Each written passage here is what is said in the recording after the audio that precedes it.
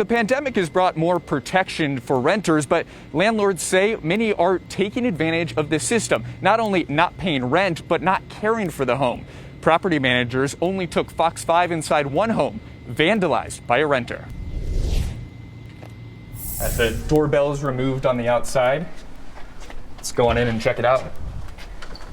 Trash on the ground, house fixtures ripped out of the wall, and cigarette butts in the toilet. Gives me a knot in my stomach. I don't even want to see what it looks like. This is how Donna Priest's home that she bought back in 1998 was left when her renters were forced out last month. What does this house mean to you? You know, being a single woman and buying a house all by myself, it was something really special to me. Of all of the mess that was left over, the biggest shock to the property manager was that the refrigerator was moved from the kitchen and hauled up here onto the stairs. What these people were able to do to my house because of all the moratorium, it's crazy. And now I'm left with probably $8,000 to $10,000 worth of damage. Most of our move-outs have been the worst that we've ever seen them.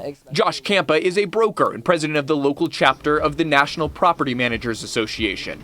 He says this is far from an isolated incident, and it's caused by the COVID-era renting rules. Once you negate one aspect of the contract, the tenant thinks that everything's free game, right? They're like, oh, we don't have to listen to any of the other rules anymore. Priest lives in Virginia, but planned to move back to Las Vegas and retire in the home one day. But her renters that were problem-free for 5 years stopped paying rent last March, finally got government assistance, but again in the new year, same problem persisted. So Priest, financially struggling herself and not allowed to evict, decided she had no option but to sell to get the renters out. You know, how many landlords are out there that are worse off than me because of these moratoriums? It's just very unfair.